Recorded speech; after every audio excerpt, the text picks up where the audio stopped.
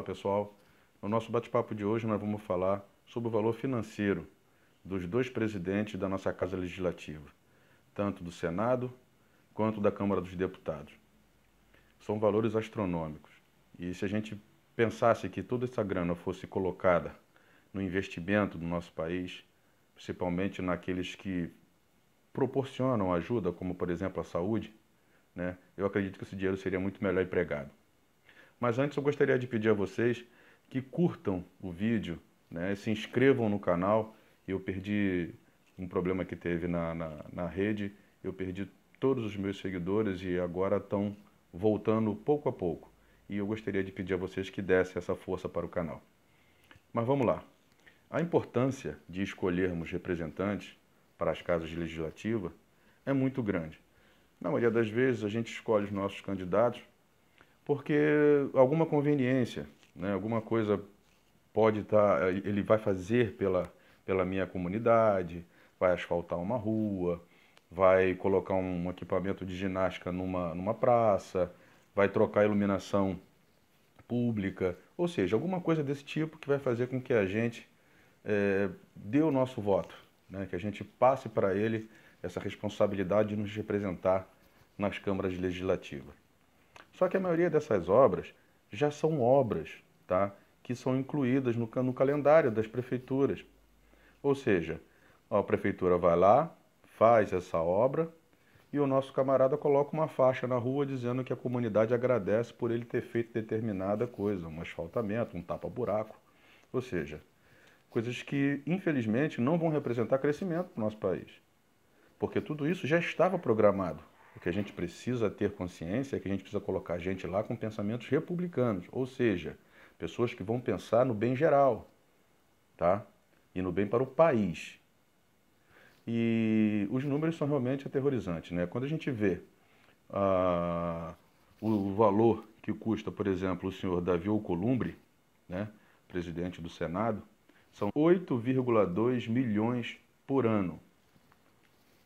E o Rodrigo Maia são 6,6 milhões por ano. Esses dois funcionários públicos, eles têm direito a utilizar um apartamento funcional, tá, lá em Brasília. Ou então receber uma verba de R$ 4.200, R$ 4.500 para poder alugar, entendeu, uma residência por lá. Isso tudo eles têm direito.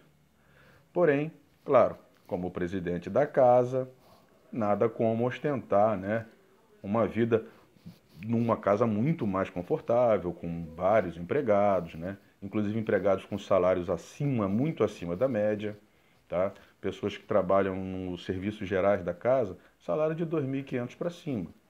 Então, quer dizer, é uma média que não está no Brasil, né? Um auxiliar de serviços gerais aqui vai ganhar um salário mínimo, né? Por exemplo, aqui no Rio de Janeiro. Então, é uma coisa complicada. E tudo isso com dinheiro público, tá? Toda essa farra acontece com dinheiro público.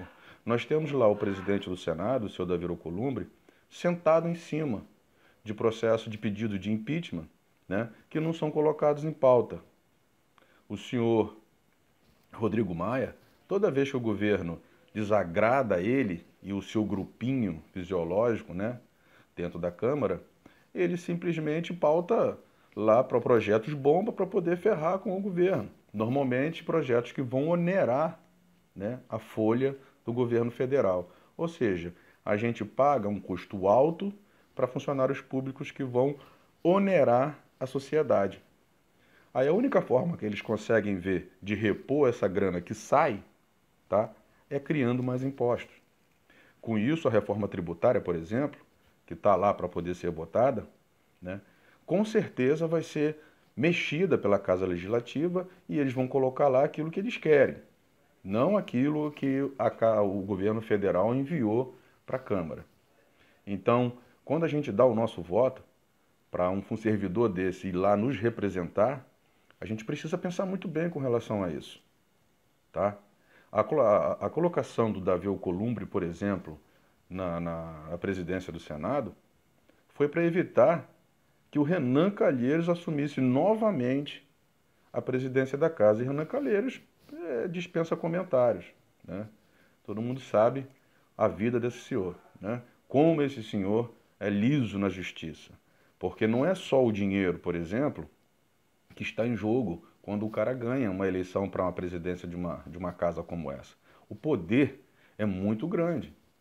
Ele tem o poder de colocar e de retirar pautas. Ou seja, um governo, né, o governo federal, o presidente só vai governar se eles quiserem e se eles permitirem que isso aconteça. Tá? Para a gente poder amenizar essa questão, nós precisaríamos de uma reforma política. Tá? O primeiro passo seria a diminuição desses partidos políticos, que todos nós sabemos que são lojinhas, né? Uma porção de partido, onde eles vão receber essas verbas que são destinadas para as eleições, o fundo eleitoral, né? Toda essa grana que escorre para o bolso dessa gente, tá?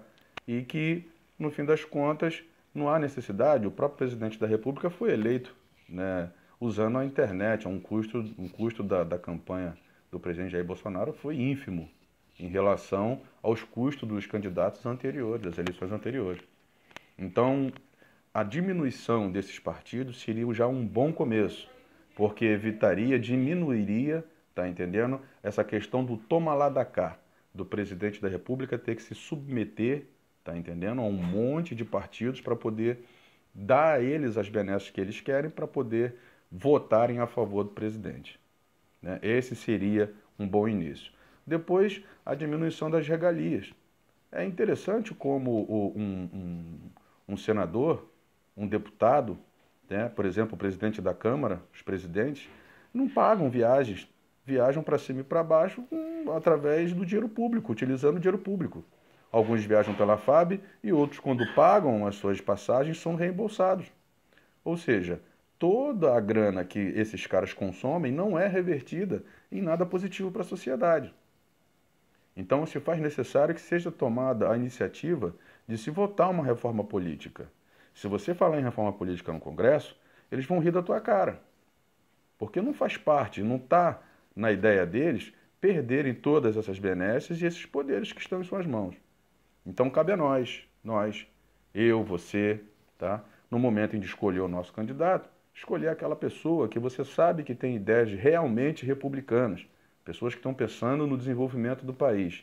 Enquanto a gente estiver votando nesses cangaceiros que estão lá para poder tomar o nosso espaço e o nosso dinheiro, a gente vai continuar nessa situação difícil. Aqui no Rio de Janeiro, por exemplo, o nosso amigo Rodrigo Maia foi eleito nas asas do pai. Muito funcionário público aqui vota na família do César Maia devido à gestão dele que foi pró-funcionalismo público. Então todo funcionário público parece que tem uma dívida de gratidão com o César Maia, daí vota, né, no Rodrigo Maia, esse pulha que está lá, né, um cidadão que não tem condição nenhuma de estar exercendo aquela função. Ainda mais como presidente da Câmara. Então que fique de lição para nós, tá ok? Que nós possamos escolher melhor os nossos candidatos e, como eu já disse no vídeo anterior, né, a escolinha do nosso voto vai ser agora nas eleições para prefeito, onde nós vamos escolher não só os prefeitos, como também os vereadores. É o mesmo sistema. Temos que escolher candidatos que representem alguma coisa. Não adianta colocar lá uma pessoa que só porque tapou o buraco na minha rua, fez uma festinha de carnaval. Isso não vai ajudar você, não vai ajudar o país a desenvolver. Ok? Muito obrigado pela sua atenção e até o nosso próximo vídeo.